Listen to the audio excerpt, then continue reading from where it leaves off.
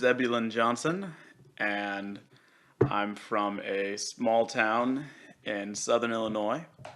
I'm graduating with Kaz and Company, and my story today is actually two illustrations of the world in which I grew up. Kind of a little bit different than New York City, and they both have to do with snakes. Are these both of your snake stories? These are both of my snake stories. I'm doing both of them. So, the first one happened when I was, God, it must have been about 12 or something. And my sister had just started dating someone, and they're now married. They have three lovely kids. Blah blah blah. But she decided that it would be a great time to introduce him to, us and the parents and everyone at a family reunion on the 4th of July. Which I blame her for this because this is her fault. But anyway, it's 4th of July. She and her boyfriend were coming by later, and it was 4th of July. My uncles were drinking. I was, playing with some fireworks, blah, blah, blah. We were all at my grandparents' house. And then my uncles, somehow, they find this huge black rat snake. It was about 6.5 feet long. It was a big sucker. About 6.5 feet long, and it was thick, about like that. And they had these they found sticks which were all hooked at the ends, and they started just taking it and like throwing it at each other. And I was just watching my three drunk Red Dead uncles throw a snake at each other. And the snake was getting real mad. How far apart were they that they could toss the snake? Oh no, they were actually standing in like a triangle, and so they were probably 7-8 feet apart from each other in a triangle, and they would just take it and they would throw it at each other, and then one of them would like catch it with the end of the stick, or if it fell on the ground, they would like grab it and bring it back. Anyway, one of my uncles, he sees me watching, fascinated, because I'm 12, 13. And he says, "Hey Zeb." I said, "What?" "I bet you can't catch this snake. Bet you can't grab it and pick it up." I was like, no, I got this. Do you have a stick? I did actually have a snake at the time. Stick. Oh, a stick. No, I had no stick. No. I said, I can do this. They wanted me to grab it with my hand, and they were taunting me. And when your uncles taunt you when you're that age, you need to prove that you're a man, And so I decided to prove my manhood. And they said, just grab it right behind the head and just pick it up. You gotta be real fast. You gotta be lightning fast. Prove your manhood at 12. Yeah. And so I waited for the best possible moment. And, one of my uncles threw at another one of my uncles.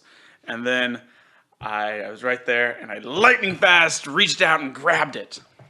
Except I grabbed it probably about half a foot down from behind its head rather than right behind its head. And it just turns and goes and just bites me right on the arm. And I'm looking at it, and I have this 6-foot fucking snake on my arm. And there's just like this brief pause. And then I throw my hands up in the air and I sprint away, and I'm screaming as there's blood and snake. It looked like a large leech just running down my arm, and all I remember is my uncles laughing. But anyway, so we were in the back of the house, and I'm just sprinting with a snake on my arm. Ah! And I go around the side of the house. I don't know what I'm doing, but I sprint by my sister and this man who I've never seen before, and I don't stop. I just keep running. And I later find out that was my sister's new boyfriend, now her husband, and that was his first impression. Apparently, she had.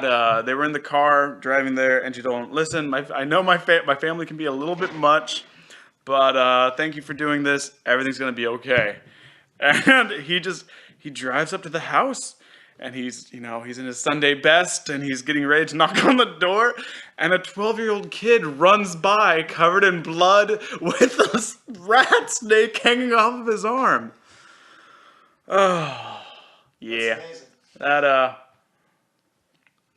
That was my introduction to Jason. That was his name. And then my other story that has to do with the snake. Not quite so bad.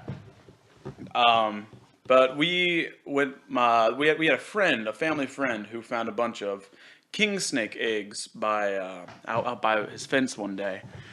And king snakes, if you don't know, they're actually really beautiful creatures. They have this like little golden line on their back, and they're really pretty. They're pretty calm too. But so anyway, we hatched this snake from an egg, and not poisonous, not a poisonous snake. No, his name was Seymour. He named him Seymour. He was named after the plant in Little Shop of Horrors. But so we raised him since he was from an egg, and I really liked him. I was fascinated with him. And the thing is, snakes need to eat meat, so in the beginning, we would feed him like frozen pinkies, which are baby mice that you can buy at the pet store. And eventually, when he got bigger, we would get him full mice from the pet store, live mice. Well, he must have been about 2 years old at this point. We had a live trap, and we caught a live mouse in our house, in our kitchen. And we thought to ourselves, I might as well feed it to Seymour. We have a snake. We could save, a buck or two. Just feed it to the snake. It's like, awesome. And so anytime we fed anything to the snake, it was like a little family gathering with all of us gathered around, like, oh, look at this snake. It's so cool. It's eating something. I have 5 siblings, so there were a lot of us always with our noses pressed to the glasses of that aquarium. But So was this mouse the same size as the ones you usually feed? so it was slightly larger, but it wasn't. It was a little bit leaner. It wasn't as plump. It was it was a wild mouse that we had caught in our house. Whereas the ones you buy at the store tend to be a little bit fatter. They tend to be fed on corn, that sort of thing. So we put this mouse in here, and we're watching it, and our eyes are we're so excited to see our snake, eat this mouse. And we watch our snake, and it goes, and it sees it, and it lunges for the mouse, and the mouse dodges and jumps away. And we're like, what? That doesn't happen. And the Seymour's really confused. He's like, what? They've never done this before. What's happening here? And so he coils up in the corner. He looks at it again, and he's like, okay, well, that was strange, but let's do it again. And so he does it again. But this time, the mouse actually jumps on Seymour's head and scratches him. And so Seymour curls up in the other corner, and he's like, what is going on? And we're like, Seymour, what are you doing, buddy? You've eaten dozens of mice before this. And so for the last attempt, Seymour lunges one last time, and the mouse jumps over him and bites him. And I remember him making Seymour bleed. But after that, Seymour wanted nothing more to do with the mouse, and he went to a corner and he hid from this mouse. And we sat there for about 20 minutes. And we were like, is he done? What's going on? And then we were like, oh, I guess nothing's happening today. He'll get him when the mouse falls asleep. But we came back the next day, the mouse was still there. The next day, the mouse was still there. The next day, the mouse had made a nest in Seymour's snake cage. And we're like, what? And so we needed to feed Seymour, so we went and bought a store-bought mouse. We're like, is Seymour sick? We put it in there, and Seymour ate that mouse in front of this other mouse, while the other mouse just watched in horror, I'm assuming. And I'm like, well, I guess this mouse is now a pet and we had to feed that mouse for months. Oh my gosh, that he never did get that mouse. What happened? Well, what happened is I had a friend over a couple months later, and we were playing with Seymour. We took him out of the cage, and I forgot to put the lid of the cage back on. Seymour became, was lost in the house. He got out that night. We never found him. However, He escaped the mouse. he escaped. He escaped the mouse. We had that mouse for probably a year and a half after that too. What was the mouse's name? I don't think we ever named him. I think we just I think we just said that mouse. It's that mouse.